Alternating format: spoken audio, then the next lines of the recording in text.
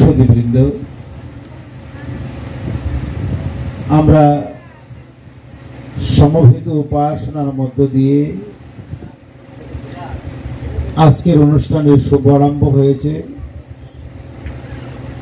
এখন আলোচনা পর্ব চলছে। আমরা আমাদের কয়েকজন ভক্তের সুললিত কণ্ঠে আমরা অনেক সুন্দর সুন্দর তত্ত্বকথা শুনেছি।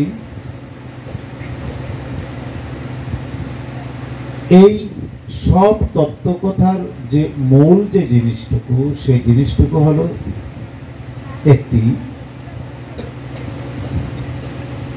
আমরা কিন্তু সবাই নারদকে চিনি না? নারদকে চিনি। নারদ মানে রাস্তা দিয়ে যাচ্ছে, যেতে যেতে একটি মহিলার সঙ্গে দেখা হলো। মহিলার বিবাহ হয়েছে প্রায় 12 বৎসর, কিন্তু তার সন্তান হয় না। এই সন্তানটি নারদ মুনির পায়ে পড়ে কাঁদতে আরম্ভ করলো, মনিবর, আপনি আমাকে আশীর্বাদ করুন, আমি নিঃসন্তান একটি মহিলা, আমার যেন সন্তান হয়। নারদ মুনি বললেন, মাগো, সন্তান তো আমি দেওয়ার মালিক নই, সন্তান দেবেন শ্রীহরি। অতএব আমি শ্রীহরির কাছে এখন যাব, তাকে গিয়ে জিজ্ঞেস করি তোমার জন্য তার কাছে সন্তান বরাদ্দ আছে কিনা। তখন সেখানে মহিলাটি তার বাড়িতে চলে গেল। সেই নারদ মুনি সে নারায়ণের কাছে গেল।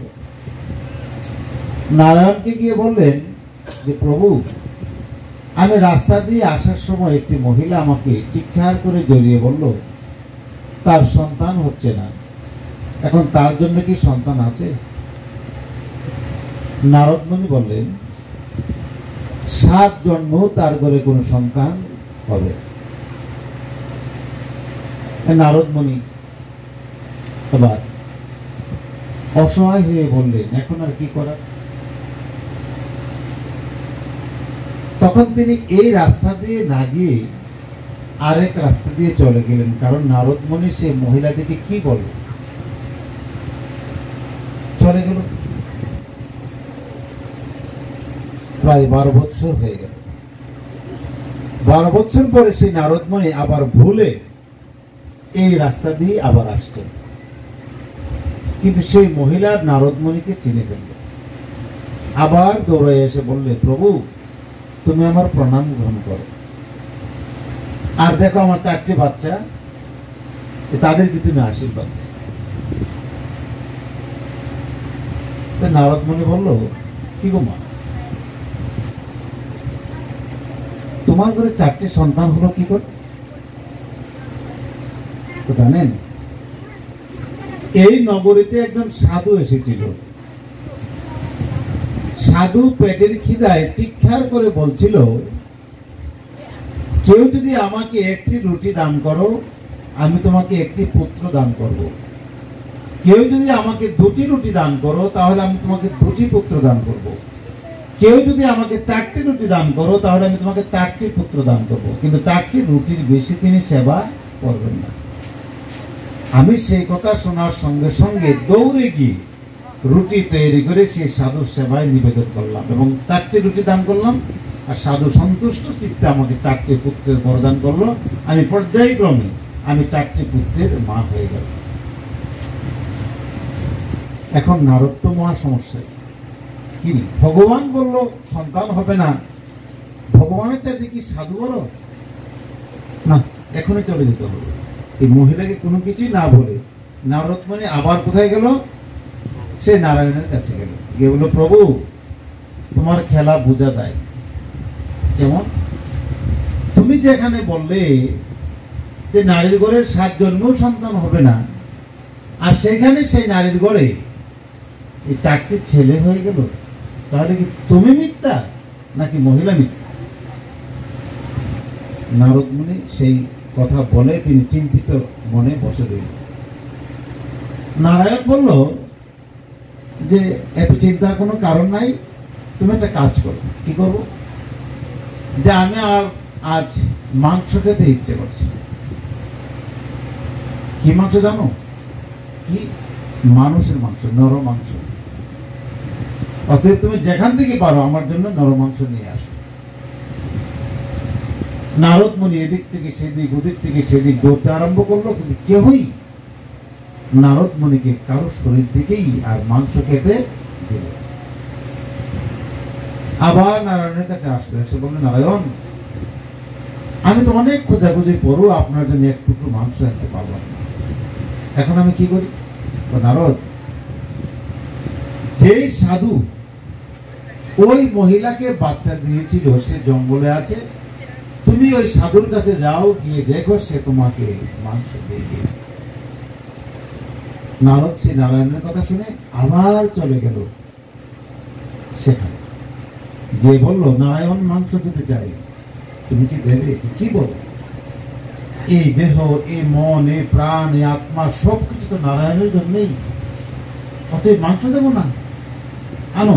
কি করে নিবে? আমি তো কোনো কিছু আনিনি। সেই সাধুই কলা পাতা সংগ্রহ করে নিজের যেখানে যেখানে শরীরের মধ্যে নরম মাংস আছে সেগুলি কেটে সেই নারদ মুনি হাতে দিয়ে দিল।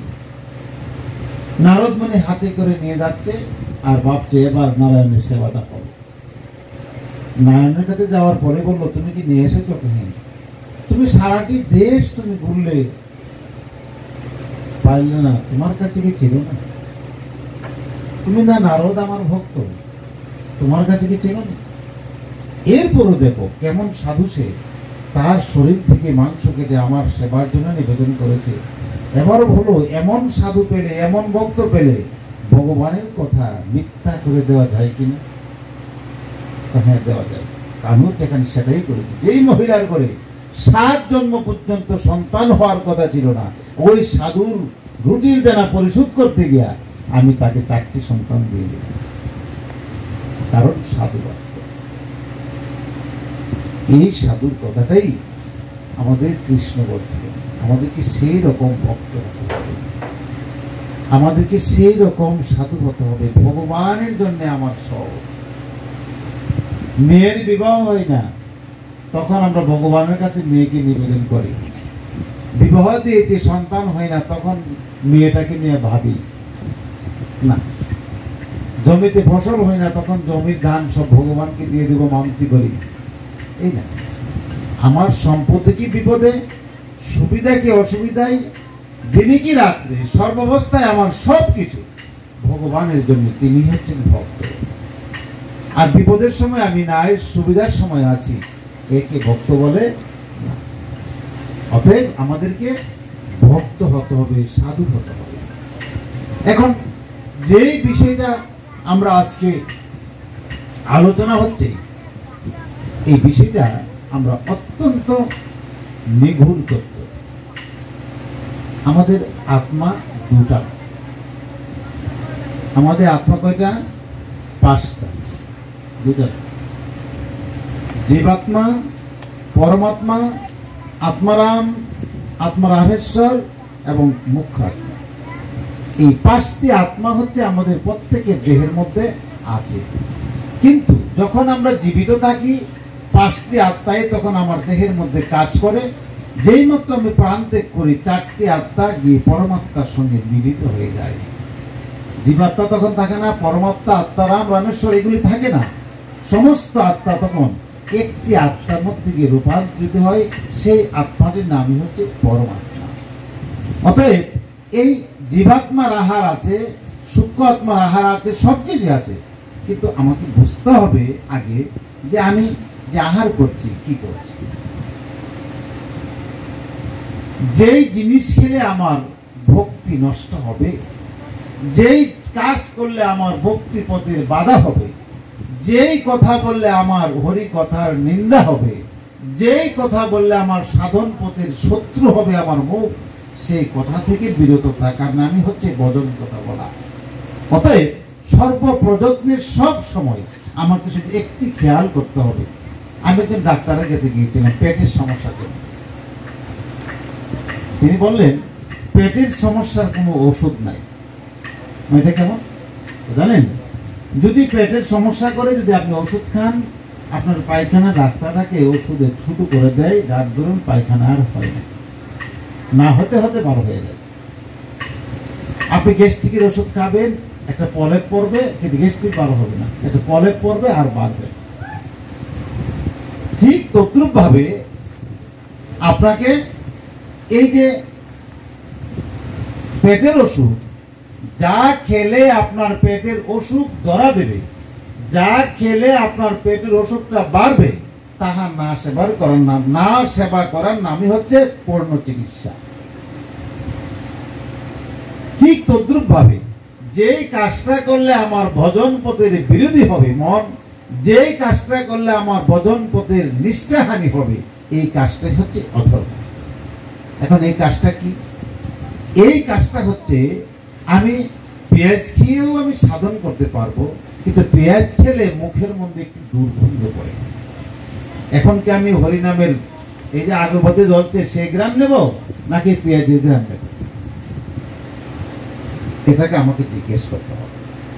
পাশাপাশি আপনি যখন নিরামিষ সাত্ত্বিক আহার করবেন, সেটা কেউ আপনি বর্জন করতে পারবেন, আবার মাংসাশী কেউ বর্জন করতে পারবেন, কিন্তু সাত্ত্বিক আহারে ভগবানের দিকে মন দাবিত হয় খুব সহজে, আর অসাত্ত্বিক আহারে ভগবানের দিকে মন দাবিত এত সহজে হয় না। এই জন্যই সাত্ত্বিক আহার ভজন পথে বন্ধু, আর অসাত্ত্বিক আহার ভজন পথে শত্রু। গেল সেটি। আরেকটি হচ্ছে আজকে যে আলোচনাগুলি হলো, যে আলোচনার বিষয়বস্তুটা কি, যে আমরা যখন ওষুধ পড়ে আমরা আমাদের গৃহে পূজা বন্ধ রাখি। স্বরূপানন্দ শাস্ত্র বলছেন, শুধু স্বরূপানন্দ না, শাস্ত্র বলছেন আপনার বাবা মারা গেছে, মা মারা গেছে, আপনার সুস্থ পালন করবেন, কিন্তু আপনি কেন নিরামিষ আহার করবেন? আপনি কেন সাদা কাপড় ধারণ করবেন? আপনি কেন ফলমূল খাবেন? আপনি কেন পরের বাড়িতে বসবেন না, পরের হাড়িটা খাবেন না, পরের ঘরে ঢুকবেন না? কারণ আপনি পবিত্র, শুদ্ধ। এই শুদ্ধ ব্যক্তি, পবিত্র ব্যক্তি অশুদ্ধ গৃহে ঢুকা যায় না। বিষয়রণ্য করিলে গ্রহণ, মলিন হয় মন, নহে কৃষ্ণের শরণ। মন যখন বিষয়াসক্ত হয়ে যায়, কারণ বিষয়ী অরণ্য খাইলে তখন কৃষ্ণের প্রতি মন ধাবিত হয় না। এই জন্যই সাধু সন্ন্যাসীরা যার তার হাতে খায় না। এখন যেই কথাটা আলোচনা হচ্ছে, এই পবিত্র ব্যক্তি যখন এই অপবিত্র গৃহে ঢুকে না, আজকে আমার নিয়ম করেছি ওই ব্যক্তি যিনি আজকে 1 মাস ধরে, 11 দিন ধরে, 30 দিন ধরে নিরামিষ আহার করছেন তথা ফল আহার করছেন, পবিত্র জীবনযাপন করছেন, সে হয়ে গেছে অপবিত্র, আর আমি মাছ মাংস খেয়ে হয়ে গেছি পবিত্র, তাকে আমি সই না। অথচ কিরাদারি লোকটা সে হচ্ছে পবিত্র, আমি অপবিত্র, তাকে আমি গড় নেই না। কারণ আগে থেকে সে আমার বিছানায় বসে না, বসে তার হাতে পাটি থাকে, সে পাটিতে বসে, সে শুদ্ধ বিদায় বসে না। কিন্তু আমরা কি করেছি, ওই লোকটা ঘরে না ঢুকতে ঢুকতে সে হয়ে গেছে অশুদ্ধ, আর আমি হয়ে গেছি শুদ্ধ, উল্টা কাজ। অথচ শাস্ত্রে উল্লেখ করেছেন, আমার মা আমার বাবা মৃত্যুর সঙ্গে সঙ্গে আমরা কি করেছি, পিণ্ডদান করেছি, শ্মশানে পুজো করেছি, বাড়িতে নিত্য পূজা আরম্ভ করে দিয়েছি। সকালে কাক বলির উদ্দেশ্যে আমি খাবার দেই, জল দেই, ধর্ম করি। অথচ ধর্মটা এমন হয়ে গেল যে আমরা এইগুলি করতে করতে গৃহ দেবতার পূজা বন্ধ করে দেই। শাস্ত্রে বলছেন, তোমার নিত্য দেবতা, নিত্য গৃহ দেবতার পূজা তুমি কোন প্রকারেই তুমি বন্ধ করতে পারো না। কারণ এই সমস্ত ভগবানের কাজ যত করা যায় ততই লাভ। কিন্তু আমরা দেখি কি, আপনার ব্রাহ্মণ বলবে আপনাকে 12 মাস একাধারে এই একাদশী করতে হবে নাকি, কিন্তু কোনো পূজার চাঁদা দেওয়া যাবে না। কেন? আর 1 বছর যদি আমি একাদশী কেন করবো? কি দরকার ছিল একাদশী করার? অর্থাৎ একাদশী করার মানে হচ্ছে একটি 15 দিন পর পরে, অর্থাৎ আমি যে আগে 1 মাস যে সুস পালন করেছিলাম, এই সুস থেকে আমি পবিত্র হয়েছিলাম, এই পবিত্রতা যেন আমার কাছ থেকে না ছুটে যায়, তারই জন্যে আমি আরেকটি বাড়িতে অন্ন খাবো না, আরেক বাড়িতে মাছ খাবো না, আমি আরেক বাড়িতে অসুচি খাবার খাবো না, শ্রাদ্ধ অন্ন বিবাহ অন্ন এগুলি খাবো না, কারণ আমি পবিত্র। এই জন্য একাদশী করবো, পবিত্রতা যেন বজায় থাকে, তারই মধ্য দিয়ে আমি সুদ পালন করব, শুদ্ধ দেহ শুদ্ধ মন হব। কিন্তু ব্যতিক্রম হয়ে গেল। এখন তুমি যে দুর্গা পূজার চাঁদা, লক্ষ্মী পূজার চাঁদা তুমি দিচ্ছ না, তোমার বাড়িতে যে তুমি গণেশ পূজা করেছো, চণ্ডী পূজা করেছো, নারায়ণ পূজা করেছো, বিষ্ণু পূজা করেছো, শ্রাদ্ধের সময় করে নাই, সূর্য পূজা করেছো, তুলসী পূজা করেছো, তাহলে কি সেই সব পূজা হয় নাই? হয় নাই? যদি হয় তো এখন হবে না কেন? হাতের আগুন যায় নাই, এটা হচ্ছে ওদের ওই বাটপারগুলির চালাকি। হাতের আগুন যায় নাই। আমার তো মা মারা গেছে মাঘ মাসে, তুমি আনো তো দেখি, কয়টা কারেন্ট আমার হাতে দেখাও, মর্দা দেখাও, আগুন ধরেনি দেখি। হাতে আবার আগুন থাকে নাকি? এগুলি 1 বছর পরে শ্রাদ্ধ করার জন্য আর কলা বাতাসা নেওয়ার জন্য এগুলো বুদ্ধি, এছাড়া কিচ্ছু না। আমাদেরকে বুঝতে হবে ভগবানের কাজ যত করা যায় এই সময় তত ভালো। আচ্ছা বলুন, আপনার গৃহে শিশু জন্মগ্রহণ করেছে, আপনার পূজা বন্ধ, কি হবে? শিশু যে এই ঘরে জন্মগ্রহণ করেছে, এই ঘরে চার অবস্থা কি লেখা জানো? হরে কৃষ্ণ কৃষ্ণ কৃষ্ণ হরে হরে, হরে রাম রাম রাম হরে হরে লেখা থাকে না? এই সময় এই নাম যে তুমি এই অসৎ করে লেখলা, তো অসৎ করো না, পাপ হয়েছে না? এখানে লাগাই লেখা রে, ও ভূতের ভয়, ভূতের ভয়। অর্থাৎ আমাদের ধর্মটা এমন জায়গায় নিয়ে পৌঁছেছে যেখানে আমরা ধর্ম কোনটা আর অধর্ম কোনটা ভালো করে বুঝি। এই জন্যই আমাদের গুরুদেব স্বামী স্বরূপানন্দ পরমহংসদেব আমাদেরকে সুন্দর করে গুছিয়ে, এমন ভাবে গুছিয়ে বলছেন ধর্মটাকে, তিনি একবারে সহজ এবং সাধ্যাতীত নয়, সাধ্যের মধ্যে ধর্মটাকে আমাদেরকে পৌঁছিয়ে দিয়েছে। এখন আপনি প্রণাম করবেন। আমাদের হৃদয় ঘোষ বলছিলেন মা বাবার প্রণাম কথা। আমি কিন্তু মাকে প্রণাম করব, বাবাকে প্রণাম করব, ঠাকুরমাকে করব, কাকাকে করব, অবশ্যই করব। এই যে পহেলা বৈশাখ গেল, প্রণামের তো হিরিক লেগে গেল, এরপরে কিন্তু আর প্রণামের দরকার নেই। একদিনের ব্যাটারি চার্জে কি আমি সারা বছর চলবে?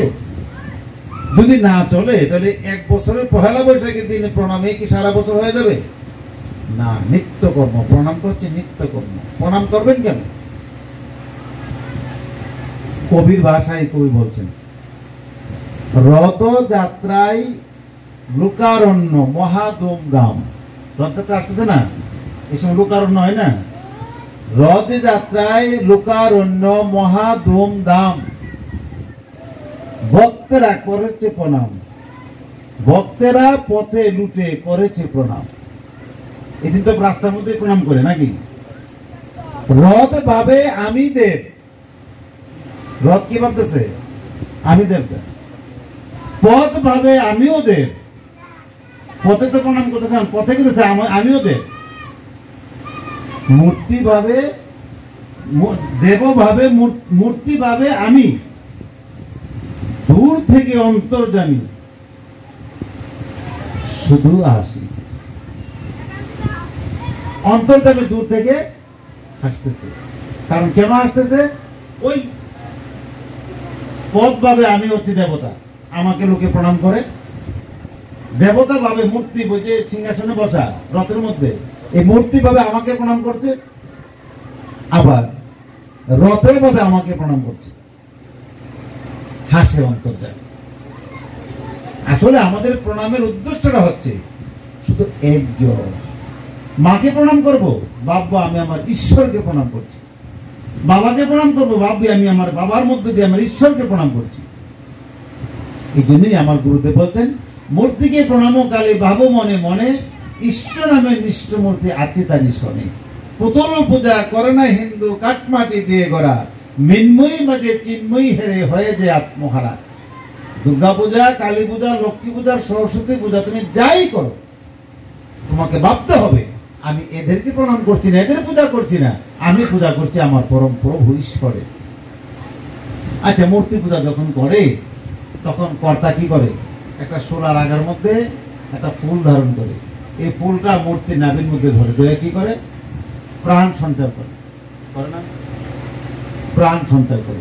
অর্থাৎ আমরা এই মূর্তিকে প্রণাম করি না, প্রাণযুক্ত একটা দেবতাকে প্রণাম করি।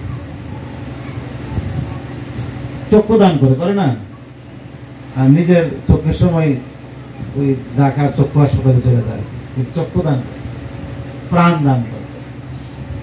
এখন প্রশ্ন হচ্ছে, যখন কর্তা আপনার বাড়ি থেকে চলে যায় তখন কি তিনি প্রাণটাকে কি বের করে যায় কিনা? করে। বের না করলে আপনি যে লক্ষ্মীর মূর্তিটা ঘরের মধ্যে ফালার মধ্যে একটা বাঁধেন কোমর, একটা দেন গলায়, তখন কি আপনার পাপ হয় না? এই মূর্তি থেকে যে আপনার কর্তা প্রাণটা বের করে না, তখন যে এই মূর্তিটা আপনি নিয়ে ওই বটগাছের নিচে বসাই দিয়ে আসেন, জলের সময় বৃষ্টির সময় বৃষ্টি পড়ে, রৌদ্রের সময় রৌদ্র লাগে, ফোলা মানে বাইরে ভাঙ্গে, তখন কি মার ব্যথা পায় না? এটি হচ্ছে আমাদের ঐতিহাসিক ভুল। এগুলি হচ্ছে ভুল। আমাদেরকে সেসব জায়গা থেকে উঠে আসতে হবে। এইসব কিছু থেকেই ভগবান শ্রীকৃষ্ণ গীতাতে কত সুন্দর করে বলছেন, গতিবর্তা প্রভু সাক্ষ্য নিবাদ শরণ সুহত প্রভব বলেন স্থানং নিদানং বীজম বিয়ম।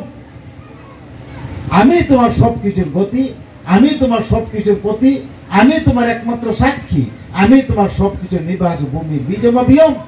আমি ছাড়া পৃথিবীতে আর কোনো বীজ নাই, অতএব তোমরা সর্বধর্মান্যং পরিত্যাজ্যং, সবকিছু পরিত্যাগ করিয়া তুমি একমাত্র আমাদের আশ্রয় গ্রহণ করো, কারণ আমি তোমাকে একমাত্র নিষ্পাপ জীবন দান করতে পারি, ভয়ের কোনো কারণ না।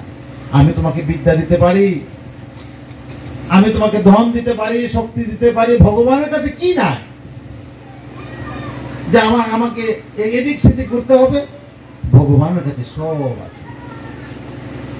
এক ভগবানকে রেখে যিনি ভিন্ন ভগবানের দিকে দাবিতে হবে। যেমন একটি সতী নারী তার স্বামী ছাড়া যদি অন্যের কাছে পুত্রের জন্য, মেয়ের জন্য যদি অন্যের সঙ্গ করে, যেমন সে অসতী হয়, ঠিক তদ্রূপ ভাবে একজন ভক্ত তার ভগবানকে ছাড়া অন্যের কাছে যাওয়া আধ্যাত্মিক অসতী। আচ্ছা বলুন তো দেখি, রামকৃষ্ণ কাকে ডাকতো? কারে ডাকতো? কালী মারে। এই রামকৃষ্ণের যে বেলুর মঠ দক্ষিণেশ্বর, ওখানে কালী ছাড়া কি রাধা আছে? নাই। কারণ সেখানে তাকে পায়, একজনের কাছে সব পায়।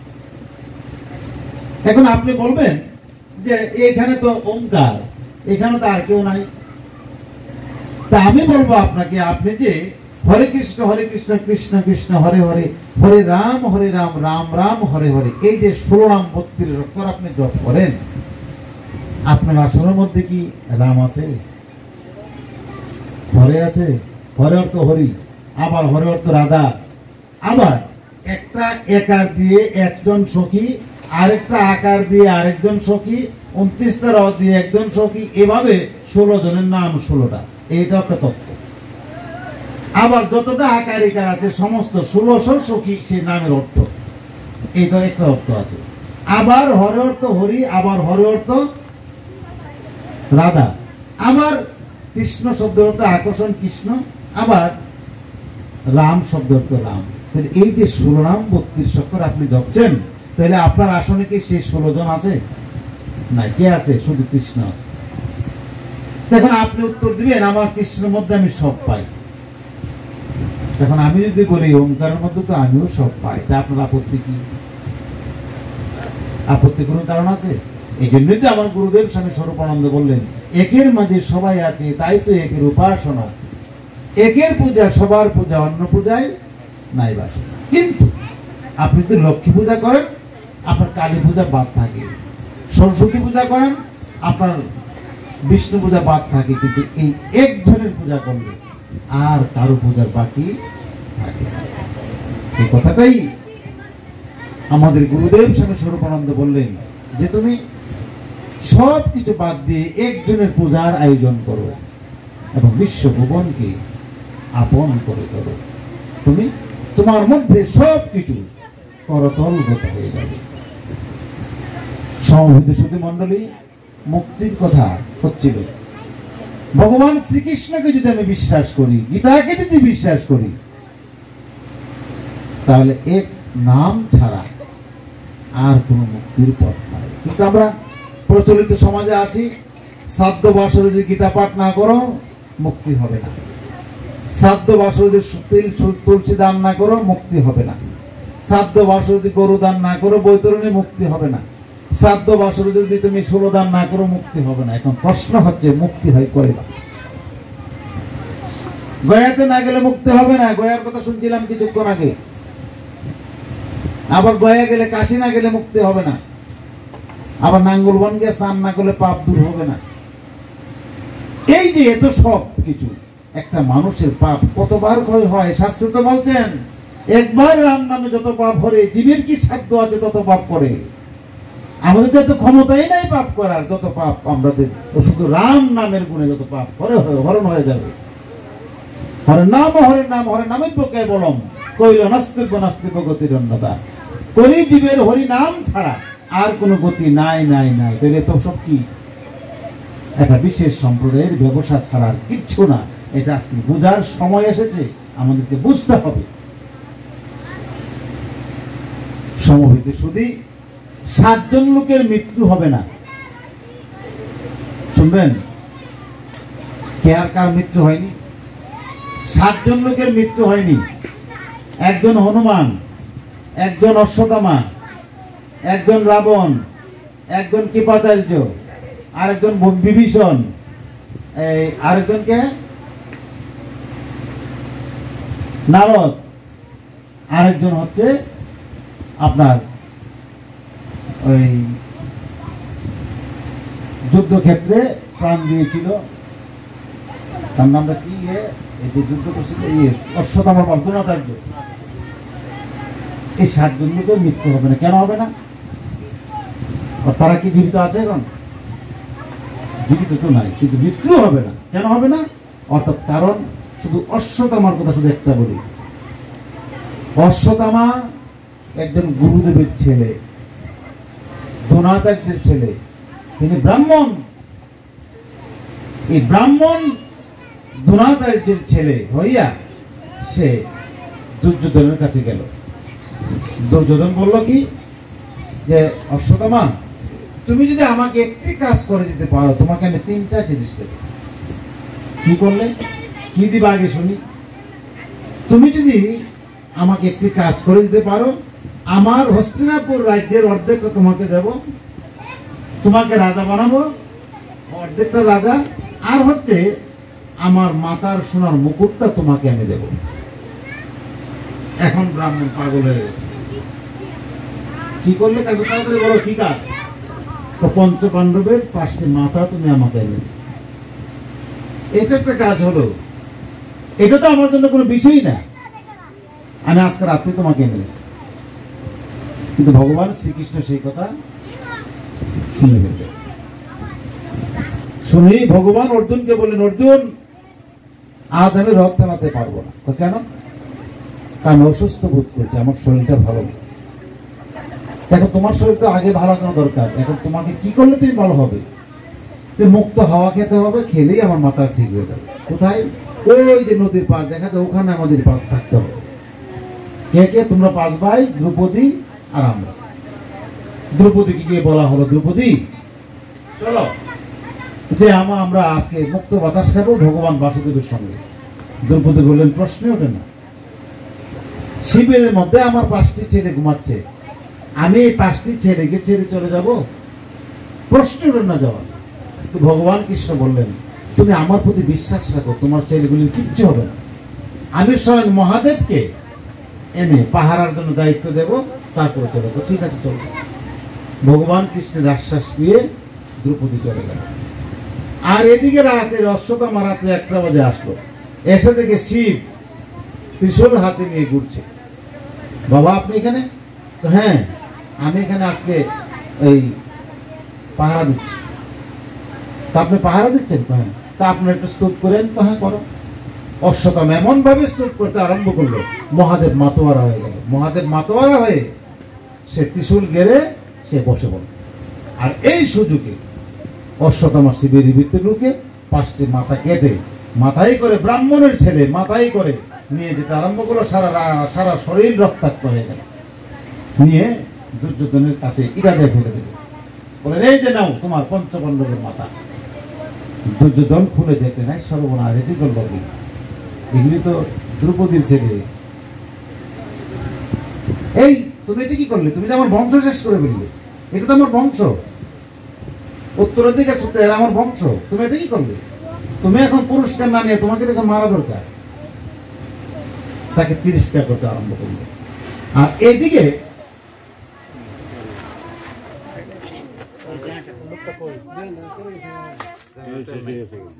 আর এদিকে করলেন কি, এদিকে 5 ভাই শুনলো শিবিরের মধ্যে তাদের সেই তাদের 5টা ছেলেকে হত্যা করলো। শুনে 5 ভাই দ্রৌপদী এসে মহাদেবকে পারে। শাস্ত্রে উল্লেখ করা আছে 5 ভাই মিলে এই সময় মহাদেবকে মারছিল। 5 ভাই মিলে মহাদেবকে মারছিল। আর মহাদেব সেই মার সহ্য করছিল এই জন্য আমি কর্তব্যতে অবহেলা করি। মহাদেব কর্তব্যতে অবহেলা করায় তাদের 5 ভাইয়ের মার কি তাদেরকে অভিশাপ দিয়েছে। এটা আবার একটা চ্যাপ্টার, এখানে যায় না। এখন কি হলো, এইখানে দ্রৌপদী জিজ্ঞেস করলো, ভগবান তুমি তো আমার সঙ্গে কথা দিয়েছিলে যে আমার ছেলেগুলি কিচ্ছু হবে না, এখন যে আমার ছেলেগুলি মারলো, তো তুমি নিশ্চিত থাকো অশ্বত্থামাকে আমরা তোমার পায়ের কাছে এনে ফেলবো। আরে এইটা কি বলে? অশ্বত্থামাকে যদি আমার পায়ের কাছে এনে ফেলো তাহলে কি আমার ছেলেগুলি জীবিত হবে? আমার ছেলে দাও বলেছে, রুদন করছে। এদিকে কি করলেন, রথ চালিয়ে গিয়ে অশ্বত্থামাকে দৌড়ে না আনলেন। অশ্বত্থামাকে এনে সে দ্রৌপদীর পায়ে দিল, হাত পা বেঁধে পায়ে দিল। আর ভগবান কৃষ্ণ সেই অর্জুনকে বলেন, অর্জুন আর দেরি না করে তুমি তৎক্ষণাৎ দ্রুত তুমি অশ্বত্থামাকে হত্যা করো। কিন্তু সেই দ্রৌপদী বললেন, না, তাকে হত্যা করা চলবে না, তার দড়িটা খুলে দাও, বানটা খুলে দাও। কৃষ্ণ বলেন, এ কি বলো তুমি, এ কি বলো তুমি? তোমার ছেলেগুলি মেরে ফেললো আর তুমি বল তাকে ছেড়ে দিতে? ভগবান আপনি কি আমার 2টি কথা শুন রাখতে পারবেন? কি তাকে যদি মারেন আমার 5টি ছেলেকে আপনি ফেরত দিতে পারবেন? আর অশ্বত্থামার মা ওইদিকে তার বাবা দ্রোণাচার্য মারা গেল, আর এদিকে তার একমাত্র ছেলে, সে যদি মরে, সন্তান হারার যে কি যন্ত্রণা, মা ছাড়ার কেউ জানে না, আমি তো জানি। আমি তো পঞ্চপাণ্ডব আমার সম্মুখে আছে, তাদেরকে দেখে আমি আমার মনকে বুঝাতে পারবো, সন্তানও আমি উৎপাদন করার ক্ষমতা রাখি। কিন্তু অশ্বত্থামার মা কি নিয়ে থাকবে? তুমি কি অশ্বত্থামার মার যে সুখ, এই সুখ কি তুমি নিবারণ করতে পারবে? তাহলে তুমি মারতে পারবে, তাকে মেরো না। কৃষ্ণ আবার বলে, না দ্রৌপদী তোমার কথা শুনবো না, তাকে মেরে ফেলবো।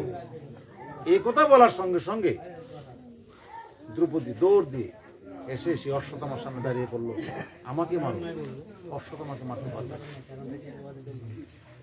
করুণ বিদারণ ঘটনার মধ্যে ভগবান কৃষ্ণ বললেন যে, দ্রৌপদী তুমি যদি আমার একটি কথা রাখো তাহলে আমি সেই অশ্বত্থামাকে ছেড়ে দেব। কি কথা? কথা হচ্ছে আমি তোমাকে একটু প্রণাম করব। যদি এই কথা রাখো তাহলে তুমি অশ্বত্থামাকে আমি ছেড়ে দেব। দ্রৌপদী অশ্বত্থামার প্রাণ রক্ষার জন্য ভগবান কৃষ্ণের প্রণাম গ্রহণ করেছে। তখন অর্জুন জিজ্ঞেস করছিল, ভগবান আপনি ভগবান হয়ে দ্রৌপদীকে প্রণাম করলেন, আপনার সখী, আপনার ভক্ত, আপনি কেন করলেন? বলেন, দেখো দ্রৌপদী আমার চাইতেও বড়। কেন বড়? যে আমি যে এখানে বলছি অশ্বত্থামাকে পরের পুত্র, দ্রৌপদীর পুত্রকে হত্যার সুখে নিবারণ করার জন্য, আর তার পুত্র হত্যা করেছে, সে বলে তাকে ছেড়ে দিতে, তার চাইতে বড় ভক্ত এই পৃথিবীতে আর কে আছে? এই হচ্ছে আমরা যে কিছুক্ষণ আগে আমরা যে আলোচনাগুলি করেছি, সাধু সজ্জন ভক্ত যদি এমন না হয় আমরা চলবো কি করে? কিন্তু আশ্চর্য সমাজ, একটা ছেলে যদি একটু তিলক করে, একটা ছেলে যদি একটু উপাসনা করে, একটা ছেলে যদি একটু মালা পরে, একটা মেয়ে যদি একটু গীতা পাঠ করে, ঘরের আরেকজন লোক টিটকারি করে, তো সাধু হয়ে গেছে। ভক্ত হয়ে গেছে, আজকে ভগবানের লামাই লইব, এসব করে না। এই সব উপহাসের কারণে আমাদের প্রত্যেকটা ফ্যামিলির মধ্যে, প্রত্যেকটা গৃহের মধ্যে ভক্ত জন্ম হওয়ার কথা থাকলেও ভক্ত জন্ম হয় না। অতএব আমাদের উচিত প্রত্যেকটা গৃহে, প্রত্যেকটা ঘরে, প্রত্যেকটা বাড়িতে একটা ছেলে যদি ধর্মকর্ম করে তাকে উৎসাহ দেওয়া, তুমি ধর্ম করো, তোমার পাঠ অনেক সুন্দর, তোমার বক্তব্য অনেক সুন্দর, তুমি আরো করো, আরো করো, এইভাবে তুমি পাঠ করো, আমি শুনি, তুমি পাঠ করো, আমরা শুনবো, এইভাবে তাকে উৎসাহ দেওয়া, এইভাবে তাকে উৎসাহ দিয়ে দিয়ে তাকে ভক্ত সৃষ্টি করা। ভক্ত ছাড়া এই জগতে কখনো কোনো কেউ সুখী হতে পারেনি। ভক্ত প্রহ্লাদের বাবা অসুর ছিল, অসুর থাকা সত্ত্বেও ভক্ত হওয়াতে প্রহ্লাদ তার বাবা পর্যন্ত উদ্ধার হয়ে গেল। বিভীষণ অসুর ছিল, বিভীষণ ভক্ত হওয়াতে তার বংশ উদ্ধার হয়ে গেল। কিন্তু আমরা অসুর না, আমরা মানুষ হওয়া সত্ত্বেও আমরা ভক্তদেরকে মূল্যায়ন করতে জানি না, ভক্তদেরকে আমরা সম্মান করতে জানি না, ভক্তদেরকে আমরা পুজো করতে জানি না। এই জন্যই জ্ঞানীগণ বলছেন, যেইখানে জ্ঞানীদের পূজা করা হয় না, যেখানে ভক্তদের পূজা করা হয় না, এইখানে জ্ঞানী কখনো জন্মগ্রহণ করে না। অতএব আমাদের প্রত্যেকের উচিত, প্রত্যেকের দায়িত্ব, প্রত্যেকের কর্তব্য, যার যার যে গৃহে যে বাচ্চাগুলি আছে, যে মেয়েগুলি আছে, ছেলেগুলি আছে, এদেরকে আমরা ভক্ত বানানো। ভক্ত ছাড়া আপনি সুখী হতে পারবেন না। ভক্ত যদি না হয় আপনার ছেলে মুসলমান হয়ে যাবে, ভক্ত যদি না হয় আপনার মেয়ে মুসলমান হয়ে যাবে, ভক্ত যদি না হয় আপনার ছেলে মেয়ে গাঁজা খাবে, ভক্ত যদি না হয় আপনার ছেলে মেয়েগুলি সে জুয়া খেলবে, পর পুরুষগামী হবে, পর নারীগামী হবে, মদ খাবে, গাঁজা খাবে। অতএব ভক্ত হওয়া আপনাদের ছেলে মেয়েগুলির অত্যন্ত দরকার। প্রত্যেক দিন তাকে উৎসাহ দিবেন গীতা পাঠ করার জন্যে, প্রত্যেক দিন উৎসাহ দিবেন গীতা পড়ার জন্যে, প্রত্যেক দিন তাকে উৎসাহ দিবেন গৃহ দেবতার পূজা দেওয়ার জন্য। যদি এমন হয় আপনার ছেলেটা ভক্ত হবে, অথবা ভক্ত হওয়ার কোনো সম্ভাবনা নাই। যিনি নিত্য পূজা দেয় না, নিত্য নাম জপ করে না, নিত্য আসনের সঙ্গে তার সম্পর্ক নাই, তিনি যদি নিরামিষও খায় তিনি ভক্ত হতে পারে না। কারণ নিরামিষ খেলে ভক্ত হয় না, প্রসাদ খেতে হয়, প্রসাদ খেলে ভক্ত হওয়া যায়। অতএব আপনাকে প্রত্যেক দিন আপনার গৃহ দেবতার সঙ্গে ঘুম থেকে উঠার পরেই আপনাকে পুজো দিতে হবে। আপনাকে সর্বক্ষণ সর্বসময় গুরু প্রদত্ত যে নাম, এই নামটা আপনাকে জপ করতে হবে। গুরু প্রদত্ত যে আইন, এই আইনগুলি আপনাকে ধারণ করতে হবে। আমি এমুকে শিষ্য, এমুক আমার গুরুদেব, এই কথা বললেই আপনার পূর্ণ ফল হবে না। এত বড় গুরুদেব সারা বিশ্ব ব্রহ্মাণ্ডে নাই, তার লক্ষ লক্ষ শিষ্য। অতএব যদি সে আমার গুরুদেব, সে আমাকে স্বর্গে নেবে, এই কথা ভুল। গুরুদেব কাউকে স্বর্গে নিতে পারে না। কেননা গুরুদেবের দেওয়া কর্ম যদি সে না করে, সে কখনো স্বর্গে যেতে পারে না। অতএব গুরু কর্ম করতে হবে। এই জন্য আমার গুরুদেব বলছেন, মন্ত্রলয় কিন্তু যারা না করে সাধন, গ্রন্থ কিনে কিন্তু যারা না করে পঠন, বৃক্ষ রূপিয়া যারা না করে শরীর সঞ্চন, গাভী কিনিয়া যারা না করে পালন, বিবাহ করিয়া যারা না করে পালন, তারা অধপথে যায়। আপনি গাছ কিনবেন, লাগাবেন, কিন্তু জল দিবেন না, গাভী কিনবেন, পালন করবেন না, বিবাহ করবেন, লালন পালন করবেন না, তাহলে আপনি কি অধপথে যাবেন না? এই জন্য মন্ত্র যখন নিয়েছেন আপনাকে সাধন ভোজন করতেই হবে। সাধন ভোজনের বিকল্প নাই। আপনি বলবেন আমি বেকার, আমার কাজ নাই, আপনার দেহ অপবিত্র, এই জন্য আপনি বেকার, ভগবানের কাজে আপনি লাগেন না। আপনি বলবেন আমি যে হাত দিয়ে যে কাজ করতে যাই স্বর্ণ না হয়ে ছাই হয়ে যায়, আপনি নিশ্চিন্ত ধরে রাখুন আপনার হাত পা গুলি, চোখগুলি অপবিত্র, এই হাত পা দ্বারা ভালো কাজ হবে না। আপনি তো বলবেন আমি কৃষি কাজ করতে যাই, সেখানে ভালো ফসল হয় না, ব্যবসা করতে যাই ভালো ব্যবসা হয় না। এগুলির মূল কারণ আপনি অপবিত্র। অপবিত্র হাত দ্বারা, অপবিত্র চোখ দ্বারা, অপবিত্র কর্ণ দ্বারা, অপবিত্র পা দ্বারা ভালো কোনো কাজ করা যায় না। এই জন্যই আপনাকে আপনার হাত, আপনার মুখ, আপনার চক্ষু, আপনার কর্ণ, আপনার হস্ত পদ সব কিছুকে শুদ্ধ রাখার জন্য আপনি ভগবানের পুজো দিতে হবে।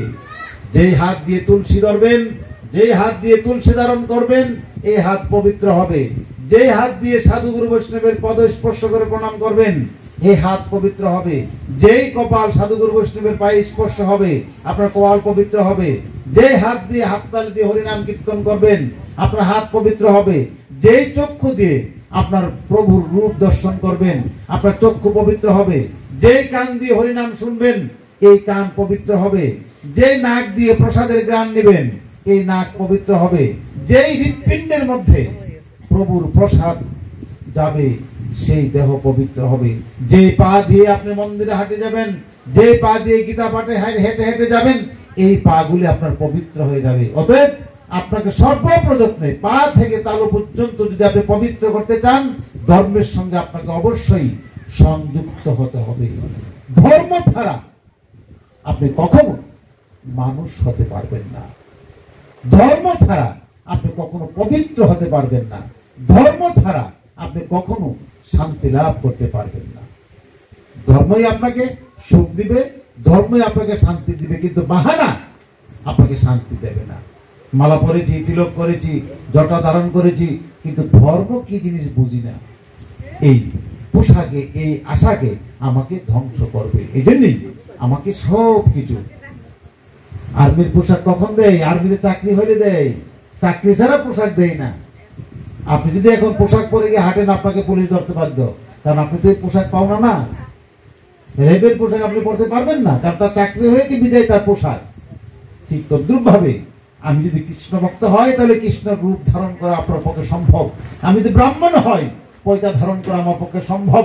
আমি যদি চোর হয় চোরের মতো থাকবো, আমি যদি সাধু হয় সাধুর মতো থাকবো। কিন্তু সাধু হয়ে চুরি করা যাবে না, আর চোর হয়ে সাধুগিরি করা যাবে না। দুটি আলাদা বস্তু।